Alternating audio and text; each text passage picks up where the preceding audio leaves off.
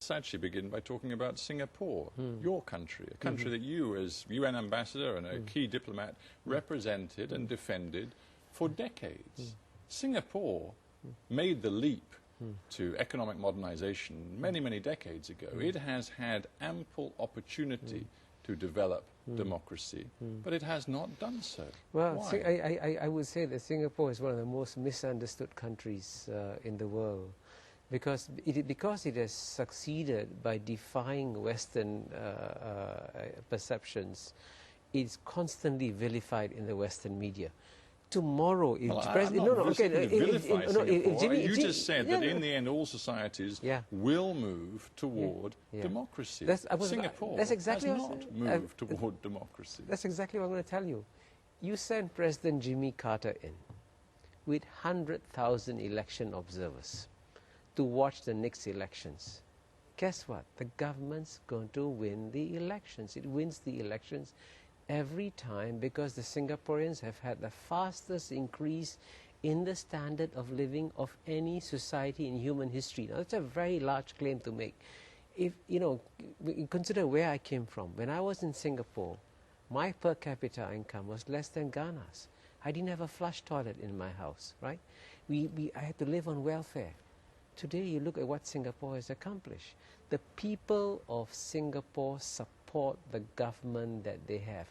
That's what democracy is all about. And that's what Singapore has. But we don't know what the people of Singapore would choose to do if they had a real political choice. We don't know that because your laws on defamation, on freedom of expression, on the media, make it impossible for there to be a meaningful, realistic opposition. I'm not sure whether you've been to Singapore recently, but in the minute you get into your car, you can turn on BBC 24 hours a day.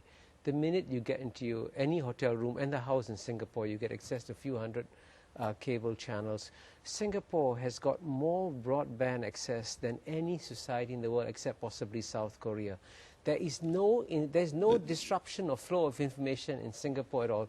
You see, what you're describing is precisely a distortion. I think it's important for people to know the reality. The leader of the very small opposition party in Singapore has been financially ruined. He has been declared bankrupt because when he chose to criticize Lee Kuan Yew and other political leaders, he was sued for defamation. Human Rights Watch, in its latest report for 2008, says that in Singapore, draconian defamation laws are wielded as a political weapon. Now, is this the Asian model that you believe is going to dominate the 21st century? The Asian model that's going to win over in the long run, as I mentioned, is for all societies to become democratic, for middle classes to emerge, for things to change and grow and grow. Those are easy words for you to say eventually democracy will. But in Singapore, and this is important because it gets to the heart of your case, in Singapore, yes, you've been fantastically successful economically. Yes, by and large, your people appear to be happy with the prosperity they enjoy.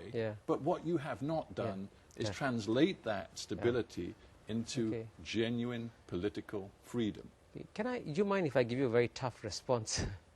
Because you ask me very tough questions. Because your tough questions imply that the gold standard on human rights today exists in the West, and the rest of the world has got to rise up and conform to the gold standard that the West set.